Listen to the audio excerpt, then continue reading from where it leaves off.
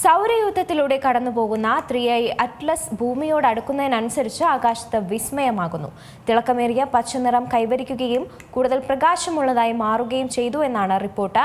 ശാസ്ത്രലോകം ഇതിനെ അതീവ സൂക്ഷ്മതയോടെ നിരീക്ഷിക്കുന്നതിനിടയിലാണ് നിറം മാറ്റം.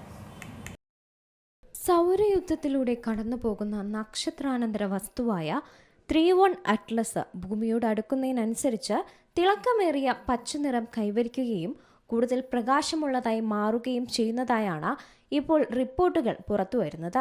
ഡിസംബർ 19 ഭൂമിയിൽ നിന്ന് ഏകദേശം 170 ദശലക്ഷം മൈല്, അതായത് 27 കോടി കിലോമീറ്റർ എന്ന ഏറ്റവും അടുത്ത ദൂരത്തിലൂടെ ഇത് കടന്നു പോകാൻ ഒരുങ്ങവെയാണ് ഈ ഒരു പുതിയ കണ്ടെത്തൽ. 3i അറ്റ്ലസിന്റെ സാധാരണ സവിശേഷതകൾ കാരണം ശാസ്ത്രലോകം ഇതിനെ അതീവ സൂക്ഷ്മതയോടെയാണ് നിരീക്ഷിക്കുന്നത്. അതിനിടയിലാണ് ഈ ഒരു നിറം മാറ്റം അടക്കമുള്ള വിവരങ്ങളും പുറത്തുവരുന്നത്.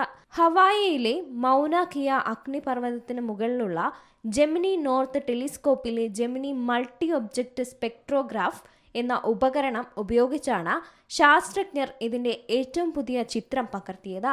സൂര്യനോട് ഏറ്റവും അടുത്തെത്തി 4 ആഴ്ചകൾക്ക് ശേഷമായിരുന്നു ഈ ഒരു നിരീക്ഷണം. സൂര്യനോട് ഏറ്റവും അടുത്തെത്തിയതിനു ശേഷം 3i അറ്റ്ലസ് ടൺ കണക്കിന് പൊടി പുറന്തള്ളുകയും തിളക്കമേറിയ ഒരു വാൽ രൂപപ്പെടുകയും ചെയ്യുന്നുണ്ട്.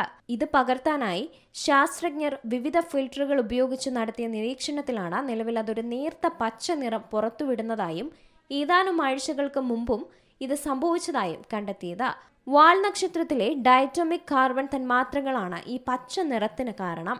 സൗരവികിരണം ഏൽക്കുമ്പോൾ ഈ തന്മാത്രകൾ പച്ച പ്രകാശം പുറത്തുവിടുന്നു.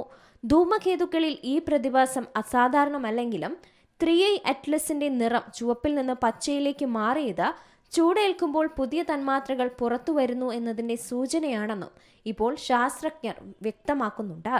News desk C Malayalam news.